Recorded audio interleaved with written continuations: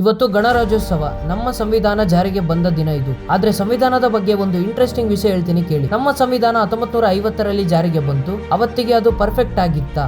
ಇಲ್ಲ. ಕಾಲ ಬದಲಾದ ಹಾಗೆ, ಜನರ ಅವಶ್ಯಕತೆ ಬದಲಾದ ಹಾಗೆ ನಮ್ಮ ಸಂವಿಧಾನದಲ್ಲಿ 100ಕ್ಕೂ ಹೆಚ್ಚು ಬಾರಿ ಬದಲಾವಣೆಗಳನ್ನು ಮಾಡಲಾಗಿದೆ. ಇಲ್ಲೇ ಇರೋದು ಜೀವನದ ದೊಡ್ಡ ಪಾಠ. ಒಂದು ದೇಶದ ದೊಡ್ಡ ಸಂವಿಧಾನವೇ ನಾನು ಪರ್ಫೆಕ್ಟ್ ಅಲ್ಲ, ನನಗೂ ಬದಲಾವಣೆ ಬೇಕು ಅಂತ ಒಪ್ಕೊಳ್ಳುತ್ತೆ ಅಂದ್ರೆ ನಾವು ಮನುಷ್ಯರು, ನಾವು ಹೀಗೆ ನಾನು ಬದಲಾಗಲ್ಲ ಅಂತ ಹಠ ಹಿಡಿದು ಕೂತ್ಕೊಳ್ತೀವಿ.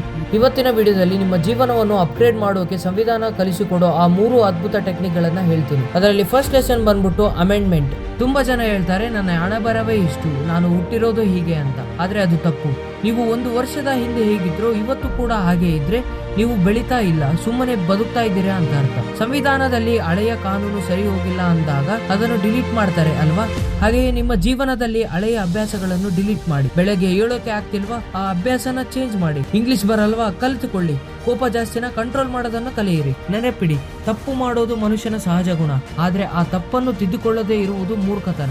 ಇವತ್ತೇ ನಿಮ್ಮ ಲೈಫ್ಗೆ ಒಂದು ಅಮೆಂಡ್ಮೆಂಟ್ ತನ್ನಿ. ಇದರಲ್ಲಿ ಸೆಕೆಂಡ್ ಲೆಸನ್ ಬಂದ್ಬಿಟ್ಟು ರೈಟ್ ಟು ಈಕ್ವಾಲಿಟಿ. ಸಂವಿಧಾನ ಎಲ್ಲರಿಗೂ ಸಮಾನ ಹಕ್ಕು ಕೊಡುತ್ತೆ, ಆದ್ರೆ ಪ್ರಾಬ್ಲಮ್ ಏನ್ ಗೊತ್ತಾ, ನಮಗ್ ನಾವೇ ಮರ್ಯಾದೆ ಕೊಟ್ಕೊಳ್ಳಲ್ಲ. ಸೋಷಿಯಲ್ ಮೀಡಿಯಾದಲ್ಲಿ ಬೇರೆಯವರ ಫೋಟೋ ನೋಡಿ, ಅವರ ಕಾರ್ ನೋಡಿ, ಅವರ ಲೈಫ್ ನೋಡಿ ನನ್ನ ಲೈಫ್ ವೇಸ್ಟ್, ನಾನೇನು ಸಾಧಿಸಿಲ್ಲ ಅಂತ ನಮಗ್ ನಾವೇ ಕೀಳಾಗಿ ನೋಡ್ಕೊಳ್ತೀವಿ. ಇದು ನಿಮ್ಮನ್ನು ನೀವೇ ಅವಮಾನ ಮಾಡಿಕೊಂಡ ಹಾಗೆ. ಬೇರೆಯವರ ಟೈಮ್ ಲೈನ್ ಬೇರೆ, ನಿಮ್ಮ ಟೈಮ್ ಲೈನ್ ಬೇರೆ. ಇವತ್ತು ನೀವು 0 ಆಗಿರ್ಬೋದು, ಆದ್ರೆ ನಾಳೆ ಹೀರೋ ಆಗೋ ಕೆಪಾಸಿಟಿ ನಿಮಗಿದೆ. ಯಾವಾಗ ನಿಮಗೆ ನೀವು ರೆಸ್ಪೆಕ್ಟ್ ಕೊಡ್ತಿರೋ ಆಗ ಇಡೀ ಪ್ರಪಂಚನೇ ನಿಮಗೆ ರೆಸ್ಪೆಕ್ಟ್ ಕೊಡುತ್ತೆ. ಥರ್ಡ್ ಲೆಸನ್ ಬಂದ್ಬಿಟ್ಟು ಡ್ಯೂಟೀಸ್ ಓವರ್ ರೈಟ್ಸ್. ಥರ್ಡ್ ಒಂದು ಮತ್ತೆ ಮೋಸ್ಟ್ ಇಂಪಾರ್ಟೆಂಟ್ ಲೆಸನ್ ಇದು.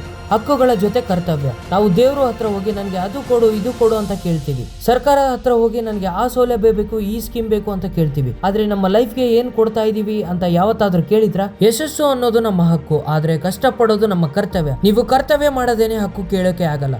ಓದೋದು ನಿಮ್ಮ ಡ್ಯೂಟಿ, ಸ್ಕಿಲ್ ಕಲಿಯೋದು ನಿಮ್ಮ ಡ್ಯೂಟಿ, ಹೆಲ್ತ್ ಕಾಪಾಡೋದು ನಿಮ್ಮ ಡ್ಯೂಟಿ. ನೀವು ಡ್ಯೂಟಿ ಪರ್ಫೆಕ್ಟ್ ಆಗಿ ಮಾಡಿದ್ರೆ ರಿಸಲ್ಟ್ ಬಗ್ಗೆ ತಲೆ ಕೆಡಿಸ್ಕೊಳ್ಳೋ ಅಗತ್ಯನೇ ಇಲ್ಲ. ಈ 2026 ರಿಪಬ್ಲಿಕ್ ಡೇ ದಿನ ಒಂದು ನಿರ್ಧಾರ ಮಾಡಿ, ನಾನು ಹಳೆ ಸೋಮಾರಿ ಅಭ್ಯಾಸಗಳನ್ನು ತಿದ್ದುಪಡಿ ಮಾಡ್ತೀನಿ, ನನ್ನ ಕರ್ತವ್ಯಗಳನ್ನು ಶ್ರದ್ಧೆಯಿಂದ ಮಾಡ್ತೀನಿ. ಯಾಕಂದ್ರೆ ನಿಮ್ಮ ಜೀವನದ ಶಿಲ್ಪಿ ನೀವೇ.